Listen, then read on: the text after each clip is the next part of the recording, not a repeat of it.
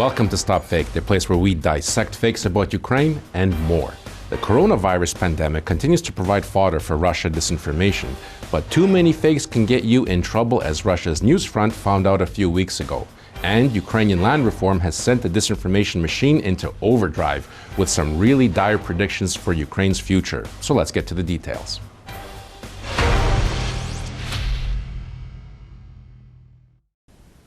A recent study published by Avaz, a global online activist network, showed that harmful misinformation about the coronavirus was shared over 1.7 million times on Facebook and viewed an estimated 117 million times.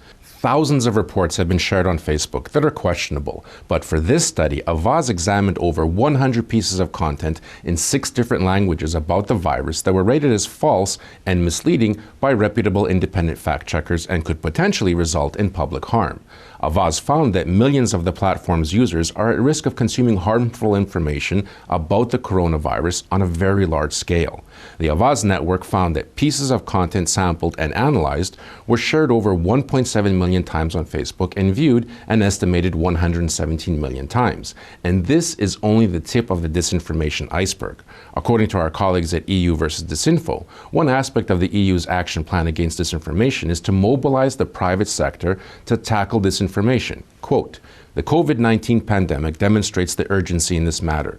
Disinformation outlets exploit commercial social network platforms to spread potentially dangerous disinformation. The platforms have responded and several pro-Kremlin outlets have been taken down. For example, Newsfront, a site that is managed from Russian-occupied Crimea and is published in 8 languages, was taken down from Facebook on April the 30th. Both EU versus Disinfo and StopFake have frequently written about Newsfront, and the site is strongly represented in the EU versus Disinfo disinformation database. Konstantin Knirik is the founder of Newsfront, and he has no doubts about who is really behind Facebook's decision to pull the plug. Quote, "Facebook is an instrument of political influence that works for the organizers of coups, wars, and killings. I don't even see the point of discussing the bias and fakeness of all these Soros media, but they will spread their lies on Facebook, and this objective social network will help them." His quote is a classic example of disinformation, that is, spread a lie via social networks and then blame the same social networks as being part of a conspiracy. Other Newsfront posts on Facebook were spreading claims that something called Agenda ID 2020 is hiding behind the COVID-19 pandemic, which in conspiracy speak means secret plans by global elites to control the world's population with vaccines. Other similarly constructed conspiracy theories continue to be shared on Facebook by something called the Strategic Culture Foundation, an outlet that has a front that presents itself as a state-of-the-art think tank but goes to great length to hide its Russian roots. The New Eastern Outlook, which is managed by the Russian Academy of Sciences Institute for Oriental Studies, goes even further, stating that implantation of nanochips via vaccines is a reality. Now, misleading, false, and harmful information, conspiracy theories, and disinformation is not just a Facebook problem. Twitter has said its platform will also remove tweets that run the risk of causing harm by spreading dangerous misinformation about COVID-19, including those that deny the recommendations made by health authorities. But tweets with anti-vaccine messages and big pharma conspiracy theories from Southfront, Newsfront, and other pro-Kremlin outlets remain online. The bottom line is, be careful what media you consume online. At the end of April, President Volodymyr Zelensky signed a land reform law, which allows Ukrainian citizens to purchase up to 100 hectares of farmland and goes into effect on July the 1st, 2021. Ukrainian land reform has been a topic of Russian disinformation for years. One of the main Kremlin disinformation narratives about land reform in Ukraine has been the claim that foreigners will buy up all of Ukraine's farmland. For example, RT concludes that, quote, "The law leaves enough loopholes for the indirect acquisition of land in Ukraine by foreign companies."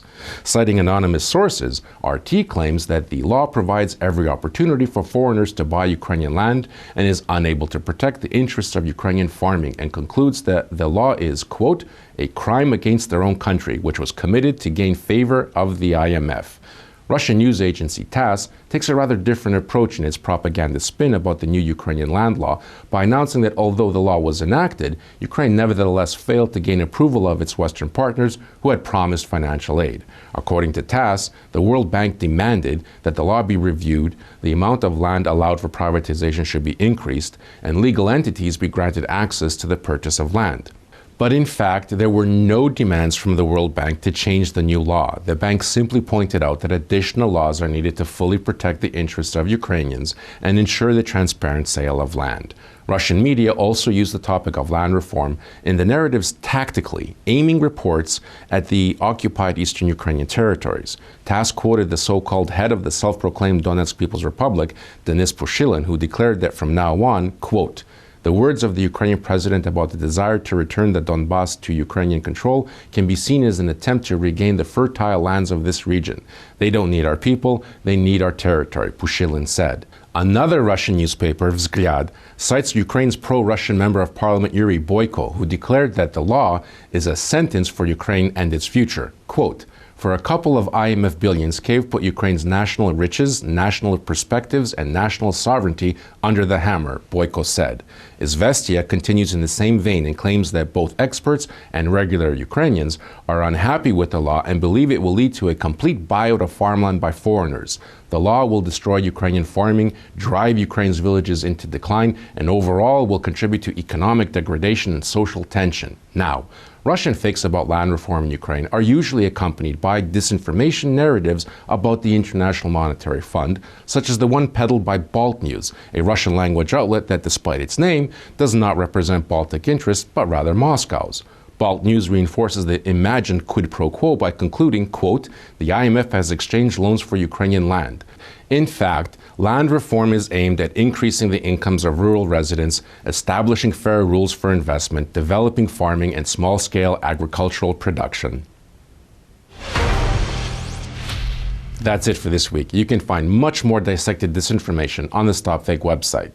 Be vigilant, stay safe, look out for fakes, and don't listen to Russian disinformation because washing your hands and social distancing will in fact protect you from the coronavirus. If you spot any disinformation about Ukraine, forward it to us for a truth autopsy. I'm Marko Suprun, and this is StopFake. Thanks for watching.